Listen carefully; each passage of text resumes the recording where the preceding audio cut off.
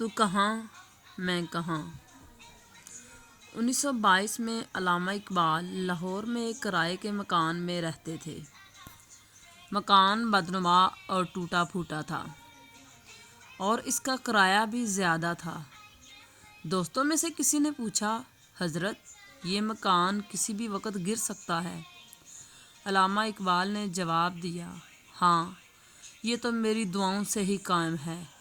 پوچھا گیا، آپ اتنا کرایہ بھی دیتے ہیں، اس کرائے میں تو اس سے بہتر مکان مل سکتا ہے۔ علامہ اقبال نے جواب دیا، آپ ٹھیک کہتے ہیں، لیکن آپ کو معلوم نہیں کہ یہ مکان ایک ہندو بیوہ کا ہے جس کے بچوں کی گزر اوقات اسی مکان کے کرایہ پر ہے، اور مجھے مکان خالی کرنے یا کرایہ کم کرانے میں شرم آتی ہے۔